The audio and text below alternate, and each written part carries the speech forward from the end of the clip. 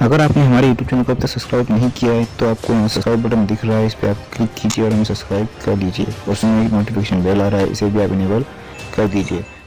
वतन समाचार के खास प्रोग्राम शख्सियत में आज हमारे साथ बातचीत के लिए कांग्रेस पार्टी के वरिष्ठ नेता और एससी आयोग के पूर्व समन्वयक यानी कोऑर्डिनेटर डॉक्टर ताजुद्दीन अंसारी साहब मौजूद हैं। डॉक्टर साहब, आपका इस्तकबाल है। डॉक्टर साहब, कांग्रेस पार्टी का अभी अधिवेशन हुआ, उसमें ये बात सामने आई कि कांग्रेस को कांग्रेस ही हराते हैं, यानी भीतर घात का मुद्दा बहुत जोरों शोरों से छाया रहा। इसे किस तरह से आप देखते हैं? देखिए, ये पहली बार ऐसा हुआ और सच सामने आया।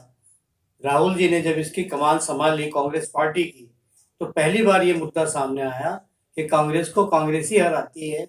इसमें कोई दो राय नहीं, क्योंकि जो उल्टे सीधे बयान देते हैं कांग्रेस के लोग, उससे नुकसान पहुंचता पार्टी को, जिसको राहुल जी ने बड़ी सच्चाई के साथ में ये बात रखी और सबको अपने जज्बात रखने का मौका दिया और आपने पूरी बात वहां पर सुनी।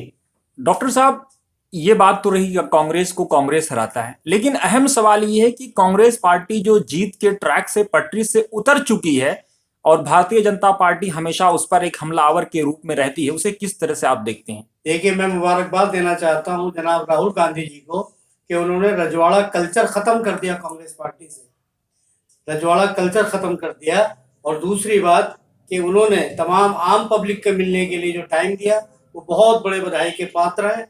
और अब कांग्रेस का कमान सिंहासन कोई रोक नहीं सकता, बल्कि ये सिंहासन अब सत्ता की तरफ जा रहा है और 2019 जो है भारी बहुमत के साथ कांग्रेस विजय होगी और हमारे प्रधानमंत्री जनाब राहुल गांधी जी बनेंगे। डॉक्टर साहब, कांग्रेस ने अभी हाल ही में दलित चेहरे के तौर पर पीएल पूनिया को आगे किया है, जबकि इससे पहले कई बड़े दलित चेहरे जो होम मिनिस्टर भी रह चुके हैं और बहुत अहम ओहदों पर रहे, लोकसभा का स्पीकर भी बनाया गया था मीरा कुमार जी को, शिंदे जी को होम मिनिस्टर बनाया गया।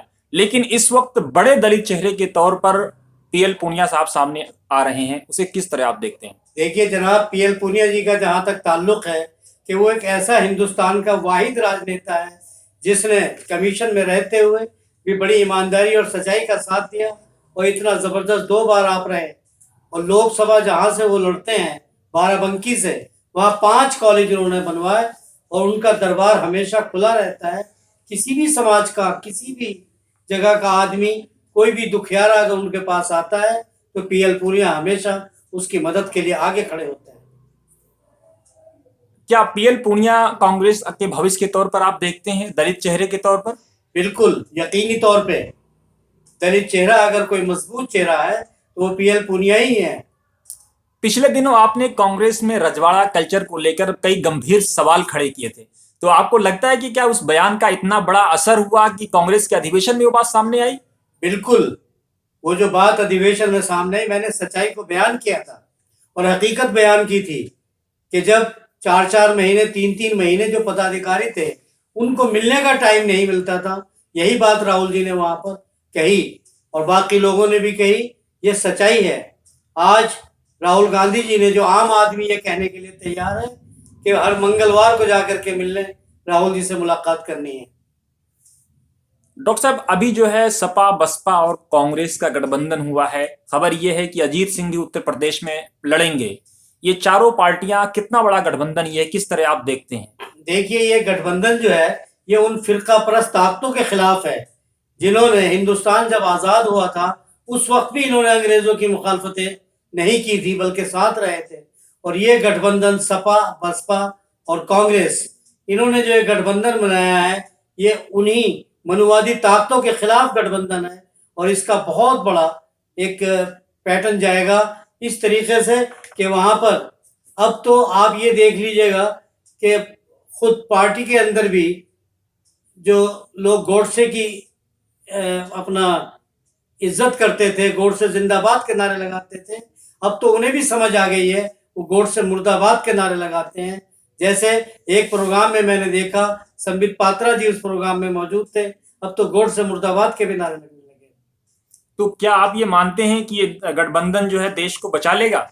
ये देश को बचाने के लिए ही गठबंधन किया गया है और मैं इसमें मुबारकबाद देना चाहता हूँ बहन जी मायावती साहिबा को, जनाब अखिलेश यादव जी को और जनाब राहुल गांधी जी को कि उन्होंने इस गठबंधन को बना करके ये सिद्ध कर दिया कि ये चाहते हैं कि हिंदुस्तान बचे और हिंदुस्तान को जो फिरका परस्त ताकतें तोड़ना चाहती हैं, जो FDI लाना चाहती हैं, जो लोगों के रोजगार खत्म करना चाहती हैं, जो चाहे दिल्ली का सीलिंग का मुद्दा हो, इसको बिल्कुल दुकानदारों को बेरोजगार कर दिया, बेइंतहा लोग परेशान हाल हैं। इन सब की हिफाजत के लिए जो ये गठबंधन बना है, ये बहुत मुबारकबाद के मुस्तहिक है, बहुत ज़्यादा।